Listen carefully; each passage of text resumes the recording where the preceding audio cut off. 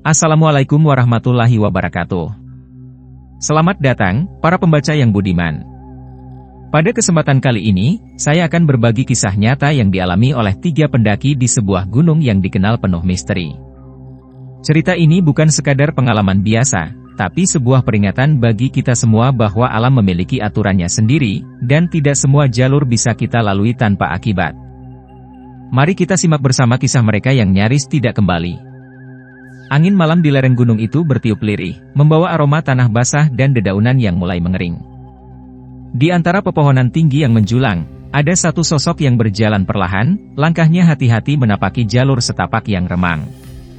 Malam itu gelap, hanya berkas cahaya bulan yang samar menembus celah dedaunan, menciptakan bayangan-bayangan aneh yang menari di sepanjang jalur pendakian. Beneran, Mas? Kok rasanya aneh? Ya. Suara seorang pemuda terdengar gemetar. Ia berhenti sejenak, menoleh ke belakang, memastikan tidak ada yang mengikutinya. Kita sudah masuk jalur ini, ya maju saja, jawab temannya, nada suaranya terdengar lebih tenang, tapi di matanya ada bayang-bayang keraguan. Mereka baru saja melewati sebuah pohon tua, batangnya besar dengan akar menjalar ke segala arah, seperti cakar raksasa yang mencengkeram tanah. Udara di sekitar tiba-tiba berubah, terasa lebih dingin, lebih berat, seakan ada sesuatu yang mengawasi. Salah satu dari mereka, yang sejak tadi merasa tidak nyaman, menghela napas panjang. Tadi waktu aku masuk jalur ini, rasanya kok kayak ada yang nyambut. Tapi, ora nek uong. Temannya hanya diam, tak ingin menanggapi lebih jauh. Namun, perasaannya juga tak kalah gelisah. Bulu kuduknya meremang tanpa alasan. Ada sesuatu yang tidak kasat mata, tapi kehadirannya begitu nyata. Langkah mereka kembali tertahan ketika dari kejauhan terdengar suara gemerisik, seperti seseorang, atau sesuatu, sedang bergerak di antara semak-semak. Tidak ada angin, tidak ada binatang liar yang melintas. Tapi suara itu terus terdengar, semakin dekat. "Endelok opo-opo, Mas?" bisik salah satu dari mereka, nyaris tanpa suara. Mereka menajamkan pandangan ke arah sumber suara. Gelap. Hanya bayang-bayang pohon yang berayun pelan. Tapi entah kenapa, ada perasaan bahwa di balik kegelapan itu, ada sesuatu yang sedang mengamati mereka. Tiba-tiba, suara samar terdengar, seperti seseorang yang berbisik pelan di telinga mereka. "Balik." Nama pemuda itu Bagas, seorang pendaki yang sudah beberapa kali menjajal berbagai gunung di Jawa Timur. Malam itu, ia dan 2 temannya, Rian dan Wahyu, sedang melakukan perjalanan ke puncak Gunung Kendali, sebuah gunung yang terkenal dengan jalur mistisnya. Gunung Kendali bukan gunung sembarangan. Penduduk sekitar percaya bahwa tempat ini bukan hanya sekadar tempat pendakian, melainkan juga rumah bagi makhluk-makhluk yang tak terlihat. Jalurnya sunyi, jarang dilewati orang, dan hanya mereka yang benar-benar nekat yang berani mendaki saat malam. Bagas sudah sering mendaki gunung, tapi kali ini ada sesuatu yang berbeda. Dari awal memasuki jalur, ia merasakan hawa yang lebih berat dari biasanya. Ada bau tanah basah yang bercampur dengan aroma anyir yang sulit dijelaskan. Bahkan Rian, yang biasanya selalu ceria dan banyak bercanda, sejak tadi lebih banyak diam. Sementara Wahyu, yang baru pertama kali naik gunung, wajahnya sudah pucat sejak perjalanan dimulai. "Kita yakin mau lanjut, Mas?" Wahyu bersuara, nada ketakutannya tidak bisa ia sembunyikan. Rian menoleh ke Bagas, berharap ada jawaban yang bisa meyakinkan mereka. Tapi Bagas sendiri bingung. Biasanya ia tidak pernah merasa seragu ini dalam pendakian. Namun, ada sesuatu di malam ini yang membuat pikirannya tidak tenang. Mereka bertiga berangkat dari base camp sekitar pukul 9 malam. Perjalanan mereka awalnya lancar, hanya sesekali mereka berhenti untuk mengatur napas. Namun, semakin naik, suasana semakin berubah. Awalnya hanya perasaan tidak nyaman. Lalu, udara mulai terasa lebih dingin dari biasanya, padahal mereka belum sampai di ketinggian yang cukup untuk merasakan embusan angin pegunungan yang menggigit. Kemudian, ada suara itu. Gemerisik di semak-semak, seperti langkah seseorang yang mengikuti mereka. Rian, yang berjalan paling belakang, beberapa kali menoleh ke belakang. Tidak ada siapa-siapa. Jalur pendakian di belakang mereka kosong. Hanya kegelapan malam dan bayangan pepohonan yang tampak berayun pelan. "Mungkin hanya perasaanmu saja," kata Bagas, berusaha menenangkan. Namun, Wahyu yang berjalan di tengah justru menggeleng cepat. "Enggak, Mas. Aku juga ngerasakno," suaranya lirih. "Kayak ada yang ngikutin." Bagas diam sejenak, lalu menoleh ke belakang. Tidak ada siapa-siapa. Tapi entah kenapa, ia tidak bisa menghilangkan perasaan bahwa mereka memang sedang diikuti. Mereka kembali berjalan, kali ini lebih cepat. Namun, suara itu tetap ada. Dan saat itulah mereka mendengar bisikan samar itu. "Balik!" Bagas menahan napas. Wahyu menoleh cepat ke kiri dan kanan, wajahnya semakin pucat. Rian langsung berhenti, tubuhnya kaku. "Mas, aku orang ngerteni opo-opo, tapi rasane kayak ono sing nang kene." Wahyu berbisik, suaranya bergetar. Bagas menelan ludah. Ia tidak ingin membuat suasana semakin tegang, tapi firasatnya mengatakan bahwa mereka benar-benar tidak sendirian. Malam itu masih panjang, dan perjalanan mereka baru saja dimulai. Mau cerita lebih banyak? Subscribe sekarang supaya kamu terus mendapatkan update terbaru. Langkah Bagas terhenti. Ia menarik napas dalam-dalam, mencoba menenangkan diri. Suara bisikan tadi begitu nyata, begitu dekat, seolah diucapkan tepat di telinganya. Wahyu melangkah mundur, matanya liar melihat sekeliling. "Mas, kita balik wae, aku ra enak perasaane," suaranya bergetar. Rian menelan ludah. "Tapi kita udah separuh jalan. Kalau balik sekarang, malah bisa makin bahaya. Kita tetap di jalur aja." Bagas setuju dengan Rian. Dalam pendakian, balik arah di tengah jalur seringkali lebih berisiko. Mereka harus tetap maju, mencari tempat yang lebih aman untuk berhenti. Namun, baru beberapa langkah mereka melanjutkan perjalanan, terdengar suara lain dari dalam semak-semak. Kali ini bukan bisikan, melainkan sesuatu yang lebih berat, seperti suara langkah kaki, diseret perlahan di atas tanah yang lembab. Srek, srek, srek. Bagas menghentikan langkahnya, menajamkan pendengarannya. Wahyu berpegangan pada lengan Rian, tubuhnya gemetar. "Tuh denger gak?" bisiknya. Rian mengangguk perlahan. Ia bisa merasakan bagaimana tubuhnya mulai dingin oleh rasa takut yang menjalar dari ujung kaki sampai ke tengkuknya. Bagas menyalakan senter, mengarahkannya ke semak-semak di sebelah kiri jalur.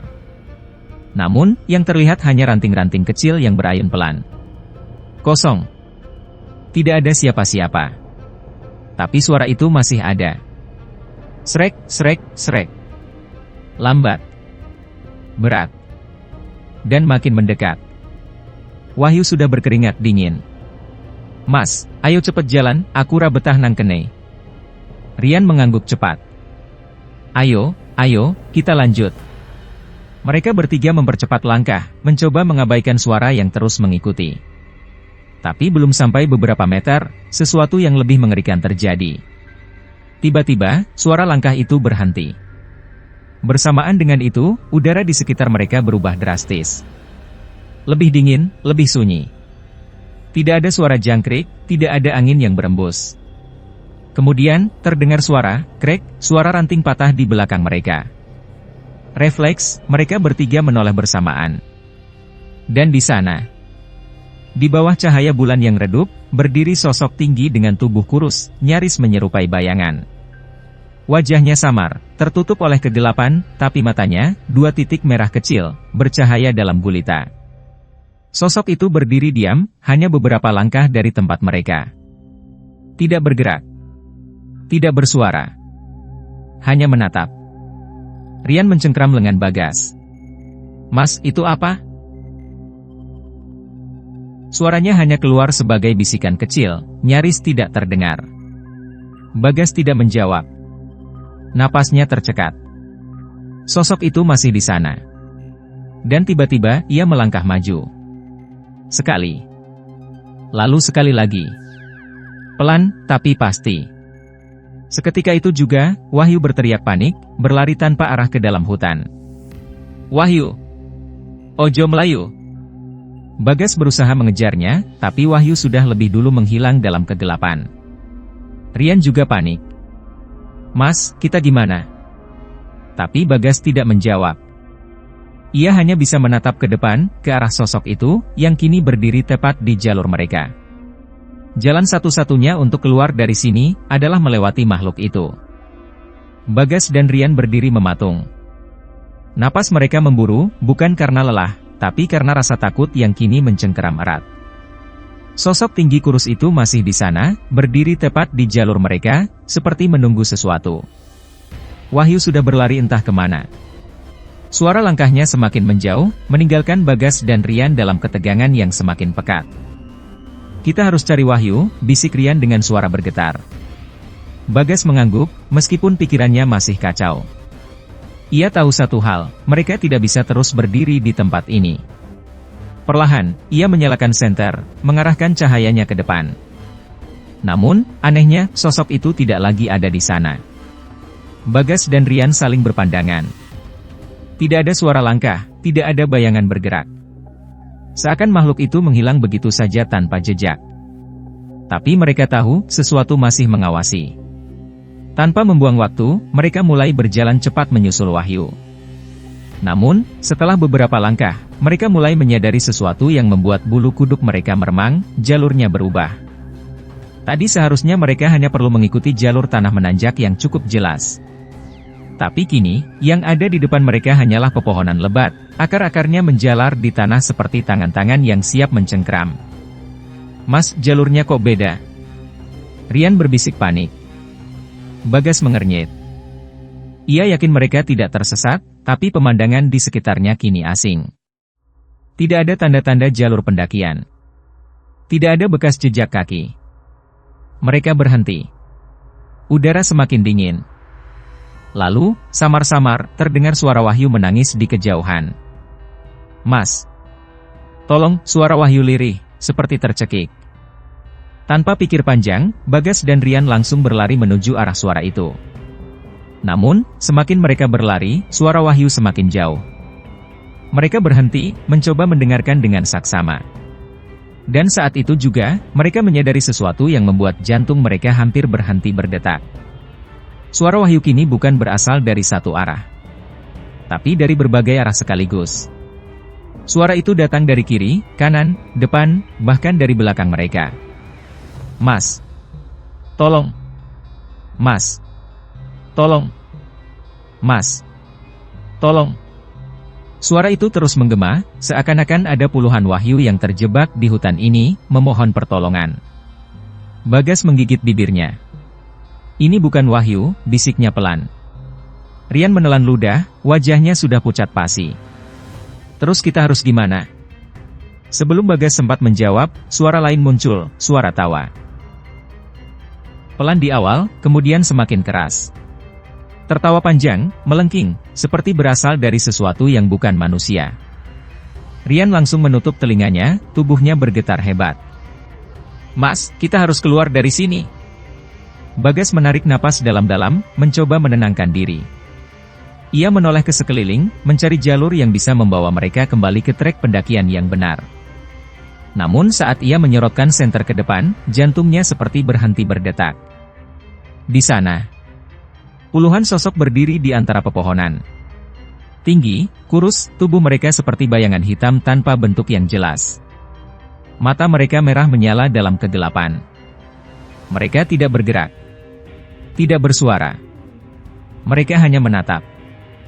Dan di tengah puluhan sosok itu, berdiri Wahyu. Atau sesuatu yang menyerupai Wahyu. Tapi wajahnya tidak seperti manusia lagi.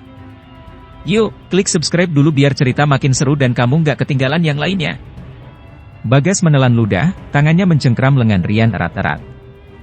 Matanya tak berkedip menatap puluhan sosok tinggi kurus yang berdiri di antara pepohonan. Mereka diam, tak bergerak, hanya menatap dengan mata merah yang menyala dalam gelap. Dan di tengah mereka, Wahyu berdiri kaku.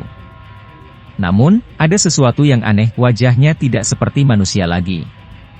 Matanya terlalu besar untuk ukuran wajahnya, bola matanya hitam pekat, tak ada bagian putih sedikit pun. Kulitnya terlihat pucat kehijauan, seperti bukan daging manusia, lebih mirip lilin yang meleleh. Bibirnya menyeringai, senyumnya terlalu lebar, terlalu tidak wajar. "Wahyu!" Rian berbisik dengan suara bergetar. Bagas menggeleng cepat. Itu bukan Wahyu. Makhluk yang menyerupai Wahyu itu perlahan mengangkat tangannya. Jemarinya panjang, kukunya hitam dan tajam seperti cakar. "Mas, tolong," suaranya terdengar ganjil, seperti suara Wahyu, tapi ada sesuatu yang salah. Nada suaranya menggema, terputus-putus, seperti suara yang diputar terbalik. Rian mulai mundur perlahan, tapi langkahnya terhenti ketika salah satu sosok hitam yang berdiri di antara pepohonan bergerak maju. Diikuti satu sosok lain. Lalu satu lagi. Kini mereka melangkah mendekat, pelan tapi pasti. Bagas tahu mereka tidak bisa lari lagi. Tidak ada jalan keluar. Tidak ada jalur pendakian yang jelas. Hutan ini seperti sudah menelan mereka sepenuhnya. "Tutup mata, Rian," bisik Bagas. "Apa? Tutup mata?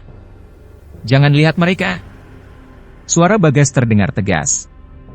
Rian ragu sejenak, tapi ia bisa melihat keseriusan di wajah Bagas.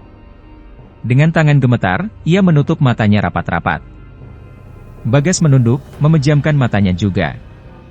Ia menarik napas dalam-dalam. Jika semua yang mereka lihat ini adalah ilusi, maka satu-satunya cara untuk keluar adalah tidak mengakui keberadaan mereka. Namun, ketakutannya semakin menjadi saat suara-suara aneh mulai terdengar dari segala arah. Bisikan. Suara-suara tak jelas, berbicara dalam bahasa yang tak mereka mengerti. Tertawa lirih. Tangisan perempuan. Dan di antara suara-suara itu, ada sesuatu yang berjalan mendekat, lebih dekat dari sebelumnya. Srek, srek, srek. Langkah kaki itu tepat di depan mereka. Rian menggigit bibirnya kuat-kuat, tubuhnya sudah gemetar hebat.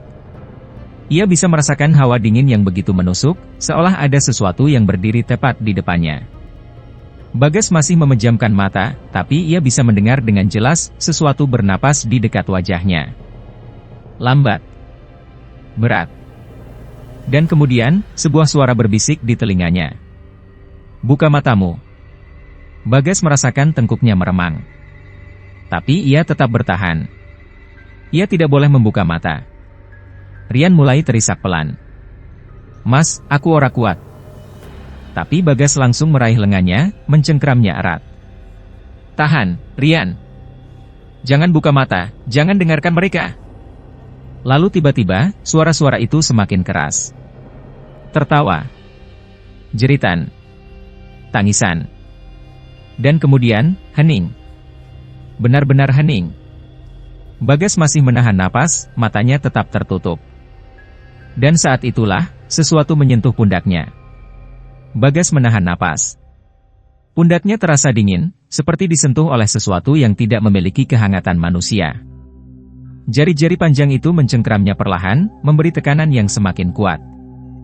Seketika, tubuh Bagas menegang. Tapi ia tidak boleh membuka mata.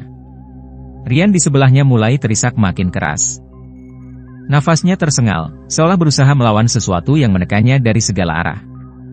"Mas, aku ra kuat. Mas." Bagas menggigit bibirnya. Jika ia menyerah sekarang, jika ia membuka mata walau hanya sedikit, maka semuanya akan berakhir. Ia tidak tahu apa yang akan terjadi, tapi instingnya mengatakan satu hal, mereka tidak akan bisa pulang. Ia harus melakukan sesuatu. Dengan seluruh keberanian yang tersisa, Bagas menggerakkan bibirnya, berbisik pelan. "Sugeng rawuh. Kulo nuwun." Hening. Jari-jari yang mencengkram pundaknya tiba-tiba mengendur. Bagas menggigit bibir lebih kuat.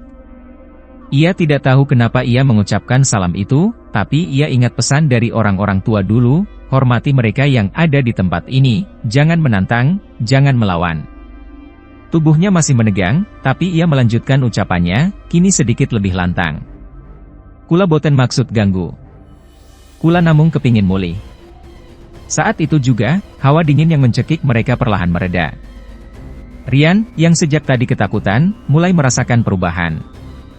Isakannya melemah, meskipun tubuhnya masih gemetar. Namun, Bagas tidak berani lengah. Suara-suara yang tadi berbisik di sekeliling mereka kini menghilang satu persatu. Tidak ada lagi langkah kaki yang menyeret tanah. Tidak ada lagi tawa melengking atau tangisan yang menggema. Tapi ada satu hal yang masih belum hilang. Sosok-sosok itu. Mereka masih di sana. Dan di tengah-tengah mereka, Wahyu masih berdiri diam, tubuhnya kaku, wajahnya tetap tidak wajar.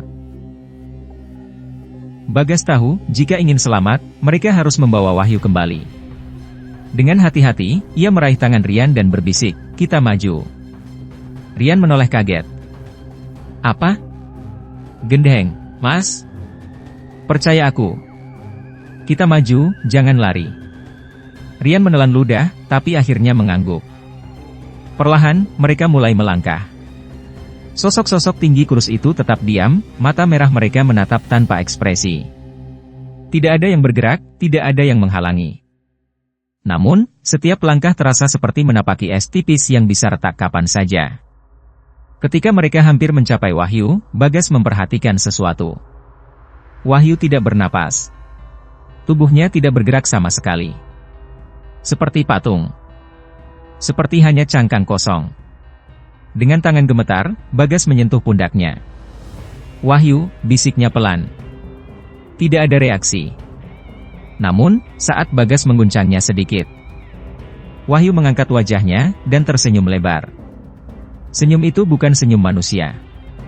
Bibirnya merkah hingga hampir menyentuh telinganya.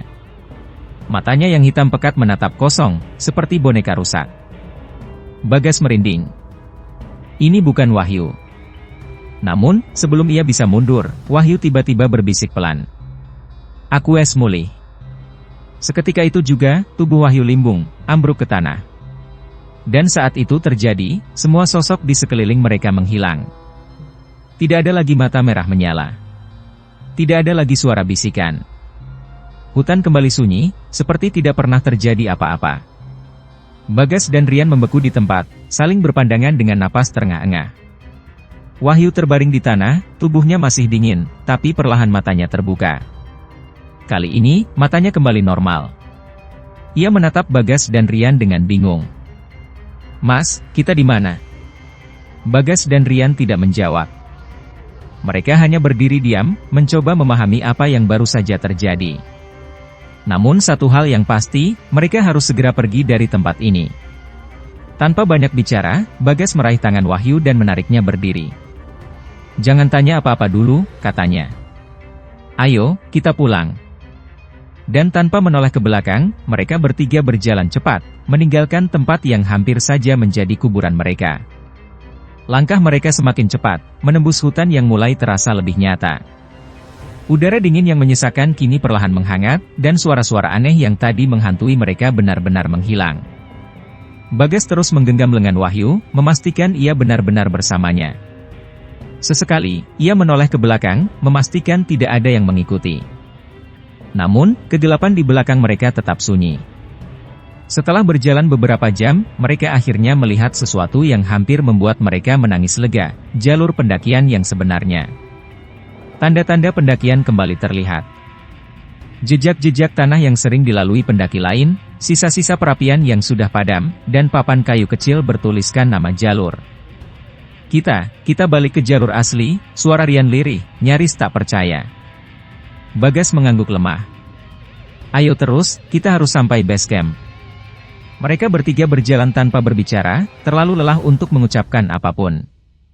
Wahyu masih terlihat linglung, tapi ia menurut saat Bagas menariknya ikut melangkah. Beberapa jam kemudian, ketika fajar mulai menyingsing, mereka akhirnya tiba di base camp. Saat melihat wajah mereka yang lusuh, seorang penjaga base camp menghampiri dengan wajah heran. "Loh? Kok baru turun? Harusnya kalian udah sampai puncak semalam, kan?" Bagas hanya menatapnya dengan mata lelah.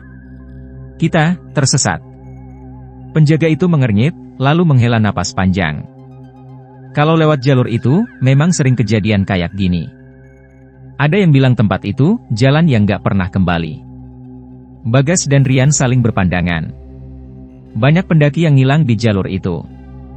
Kadang ada yang balik, tapi gak ingat mereka sempat tersesat, lanjut penjaga itu. Kadang, ada yang balik, tapi bukan mereka yang sebenarnya. Darah Bagas seakan membeku. Ia menoleh ke Wahyu, yang masih berdiri diam di sebelahnya. "Wahyu," panggilnya pelan. Wahyu menoleh dengan ekspresi bingung. "Apa, Mas?" Bagas menelan ludah. Ia menatap lekat-lekat ke dalam mata Wahyu. Kini matanya terlihat normal. Namun, di dalam pupilnya yang hitam, sesuatu bergerak. Seketika, bulu kuduk Bagas meremang. Ia ingin percaya bahwa mereka semua benar-benar sudah selamat. Bahwa yang berdiri di sampingnya benar-benar Wahyu. Tapi jauh di lubuk hatinya, sesuatu berkata lain. Mungkin Wahyu memang sudah kembali. Atau mungkin, sesuatu yang lain telah pulang bersama mereka. Demikianlah kisah ini berakhir, tapi misterinya masih tersisa. Apakah mereka benar-benar sudah pulang dengan selamat, atau ada sesuatu yang ikut bersama mereka? Semoga cerita ini menjadi pengingat bahwa ada hal-hal yang sebaiknya tidak kita ganggu, dan ada tempat-tempat yang lebih baik tidak kita datangi. Jika suatu saat kalian mendaki gunung, tetaplah waspada dan jangan pernah meremehkan keberadaan yang tak kasat mata. Wassalamualaikum warahmatullahi wabarakatuh.